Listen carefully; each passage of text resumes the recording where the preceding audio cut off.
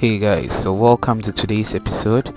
We travel with Kobina, and today we are experiencing Jamestown community.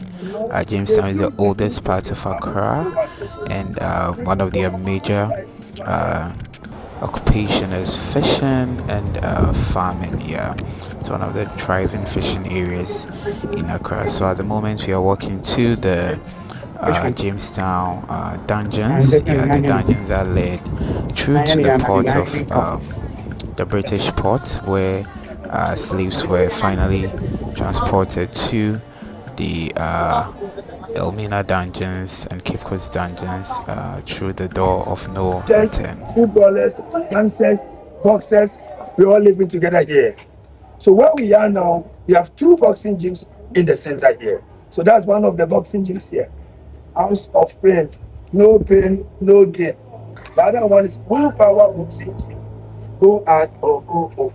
But we're heading towards the dungeon for you to experience how the slaves were suffering. So please, those who feel they can't, those who feel like visit, please come with. So before we go to the dungeons, we cannot talk about Jamestown and leave the fact that it's one of the hub of boxing in Ghana. Jamestown, especially Bukom, is the beating heart of boxing in Ghana, and in places like the Black Star Boxing Gym, raw talent is shaped through discipline, grit, and community spirit.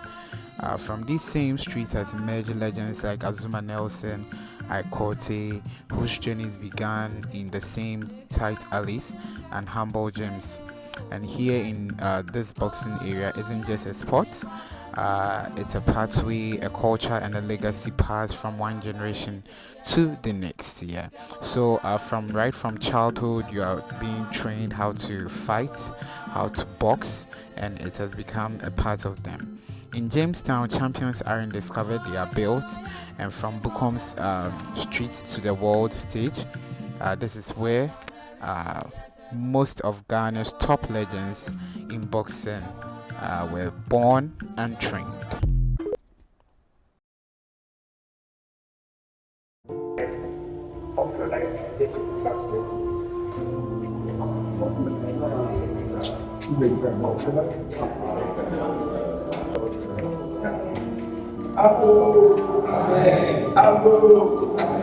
So where we are now was the slave dungeon. And then inside here is where the slaves were passing through underground to the fort. From here to the fort, take the slaves 2.5 hours before getting to the fort. They are sharpness, so you walk slowly. And whenever you get to this dungeon, we have a place called Vulture Town. The British slave access was sent of over there for the vultures to cross of it. But if the white person died, they are celebrated nearby, which is going to be very, very nicely. And what we are now, you can see, you're already sweating.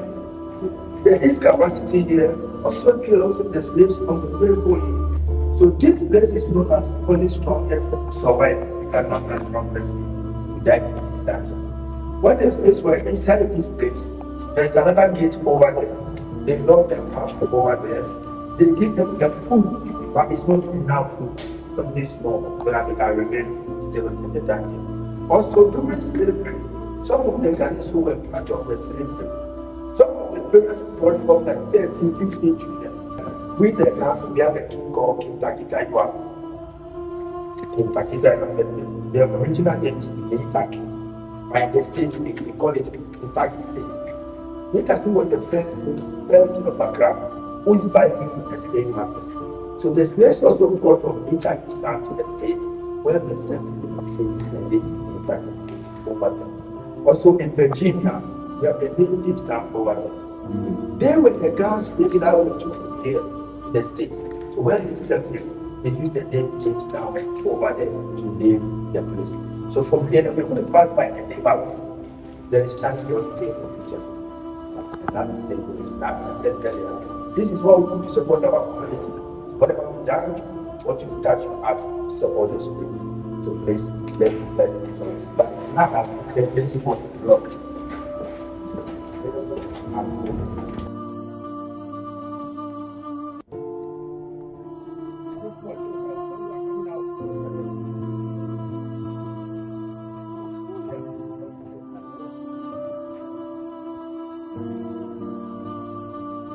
dungeon. I tell you,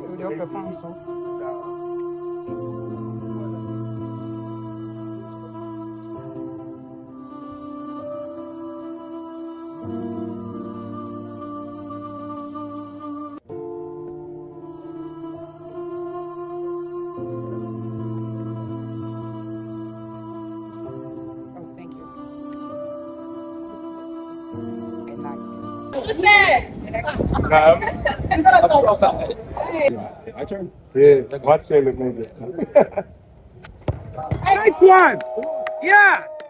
Nice one. Yeah. Booyaka.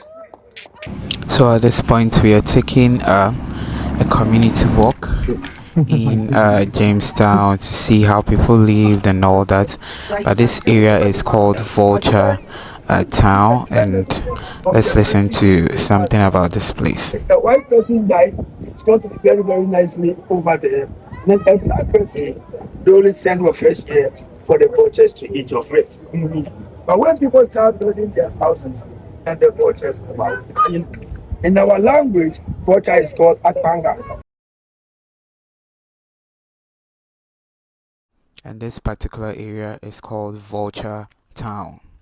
So during the colonial times, this was where all dead black people were brought to for the vultures to feed on them. Yeah, and we all know vultures feed on carcass. Yeah, and this right here is one of the popular food in this area. That's the banku with pepper and some fried fish. Hey, what guys have a party there?